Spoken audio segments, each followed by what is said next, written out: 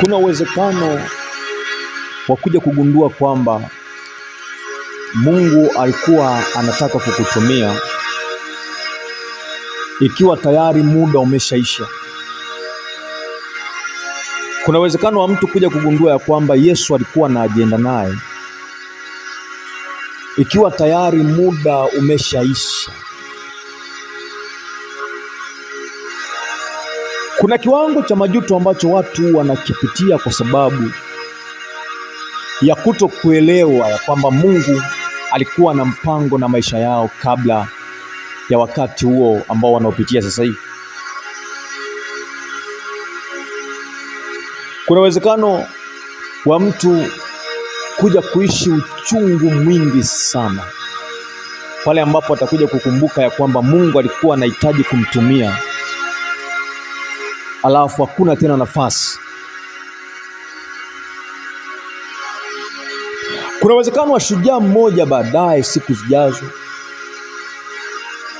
akajikuta robo tatu ya maisha yake ni machozi, akajikuta robo tatu ya maisha anayoishi ni kilio, kwa sababu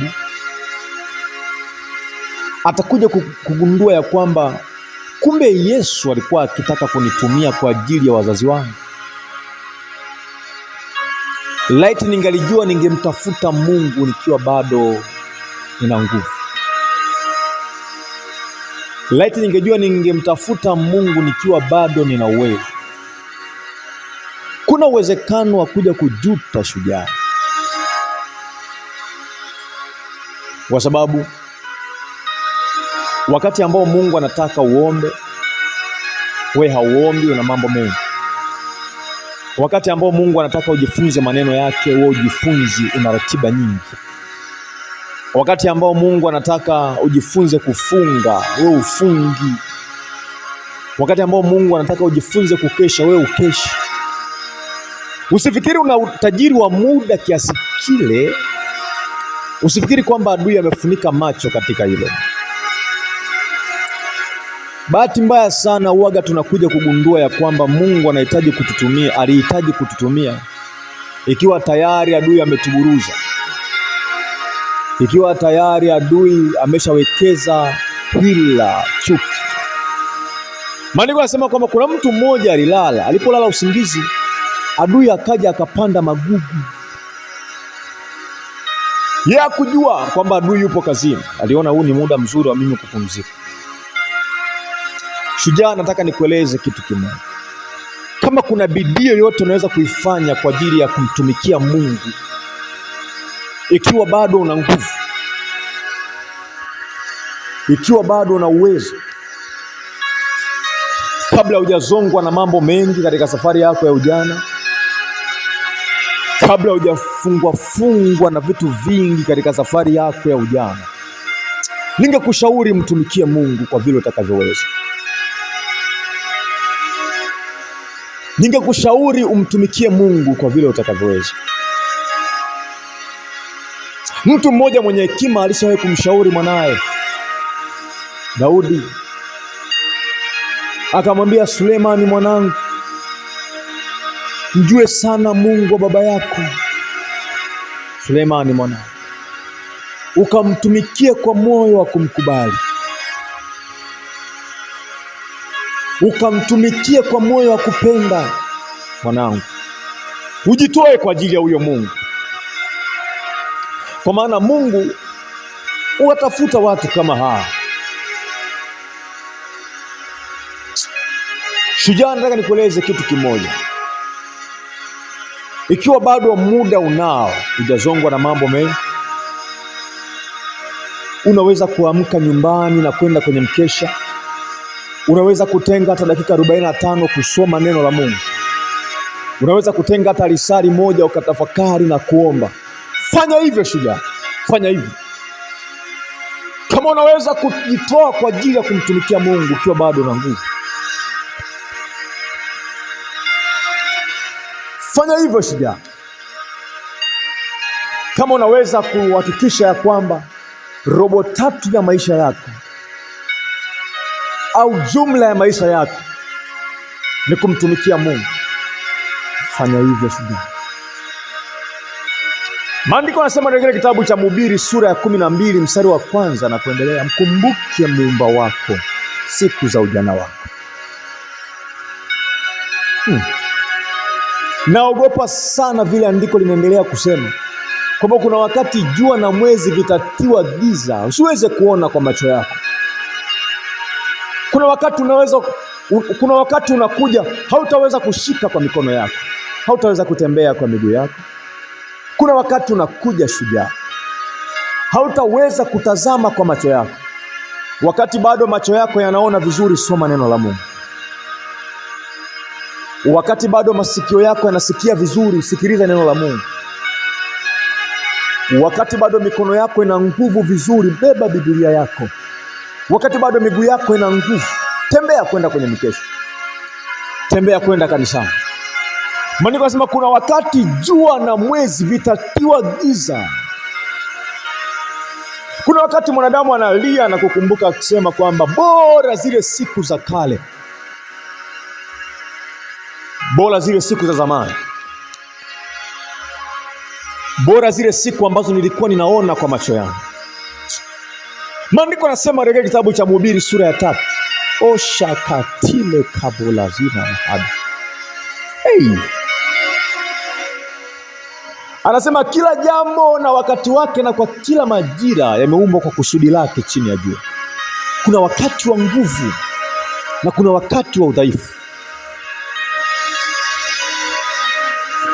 Kuna wakati wa kupanda na kuna wakati wa kuvuna.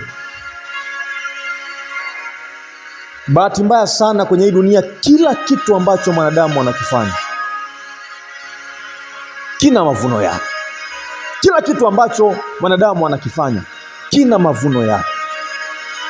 Mwanadamu akipanda katika mwili anavuna uharibifu, akipanda katika roho anavuna uzima wa milele.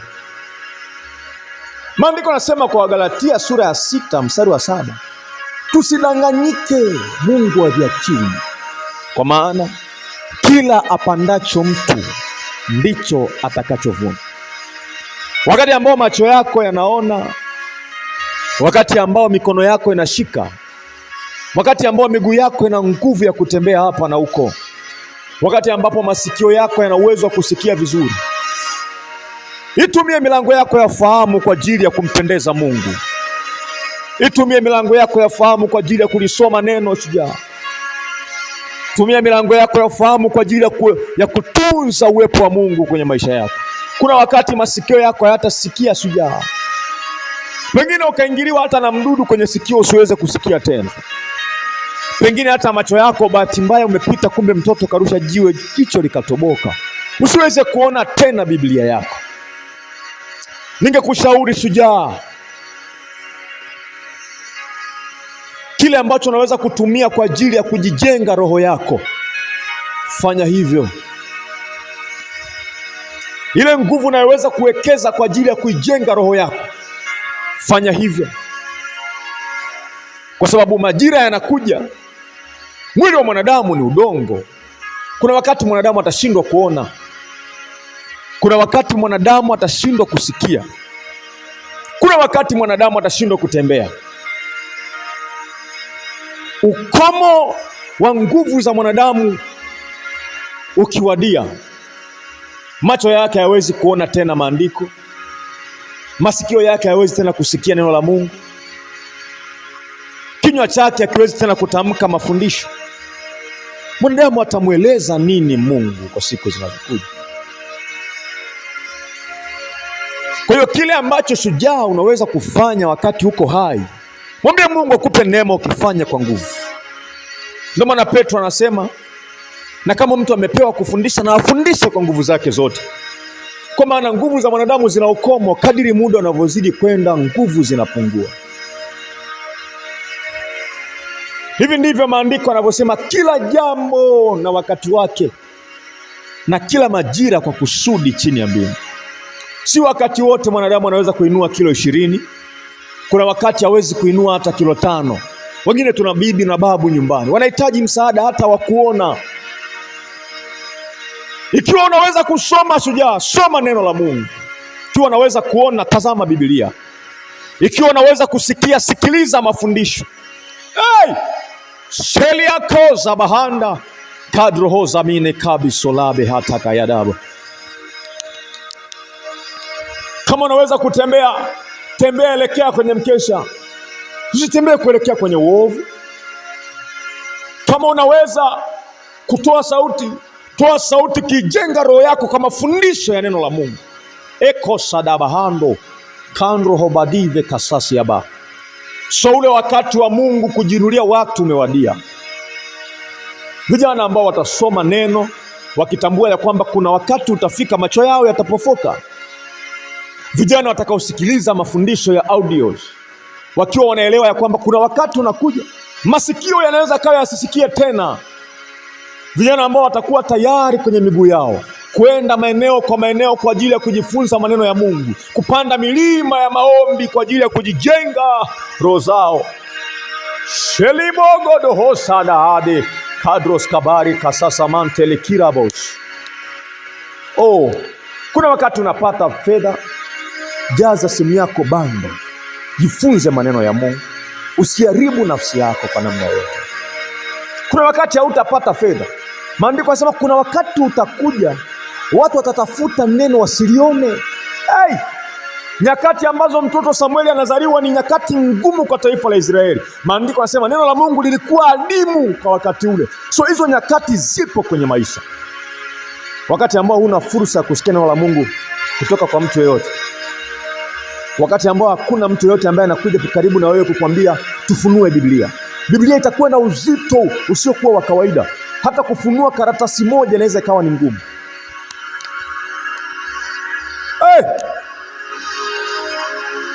Miguu itakuwa na uzito usiokuwa wa kawaida.